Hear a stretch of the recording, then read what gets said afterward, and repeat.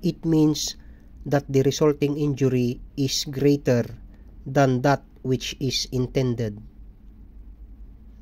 A. Aberratio ictus. B. Error in personae. C. Duralex sed lex. D. Praeter intentionem. Answer: D. Praeter intentionem. Conspiracy to commit this felony is punishable.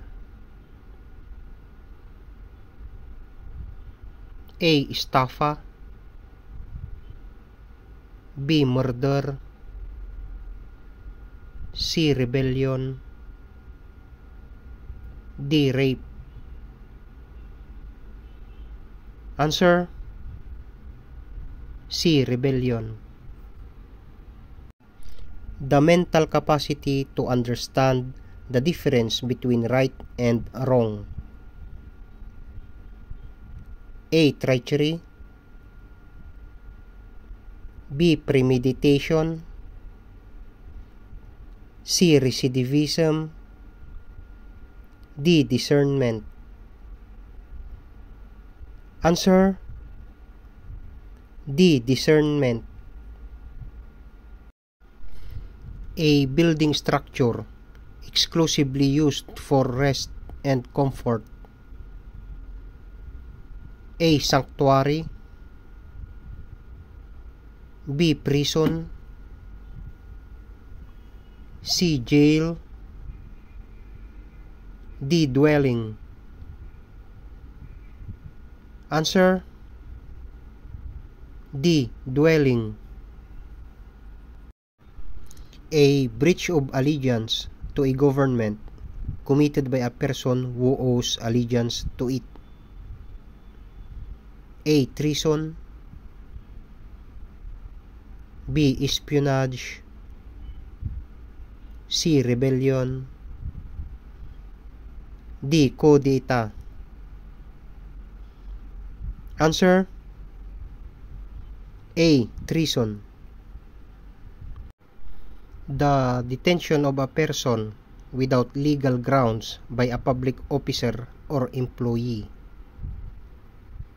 A. Illegal detention. B. Arbitrary detention. C. Compulsory detention. D. Unauthorized detention.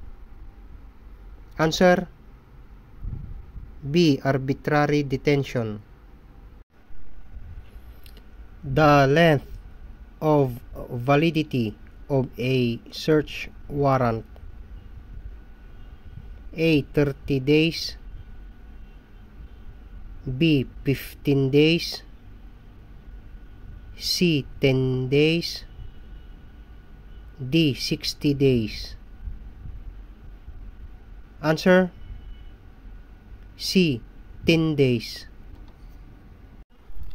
In its general sense, it is the raising of commotions or disturbances in the state.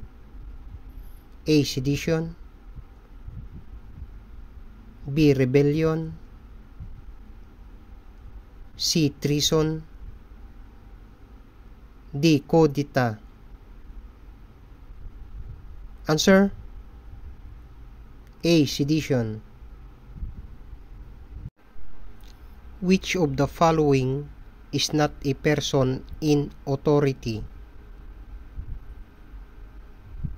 A. Municipal mayor. B. Private school teacher. C. Police officer. D. Municipal councilor. Answer: C. Police officer. A special aggravating circumstance where a person, after having been convicted by final judgment, shall commit a new felony before beginning to serve such sentence or while serving the same. A. Quasi-recidivism. B. Recidivism. C. Reiteration. D. Charivari. Answer: A. Quasi-recidivism.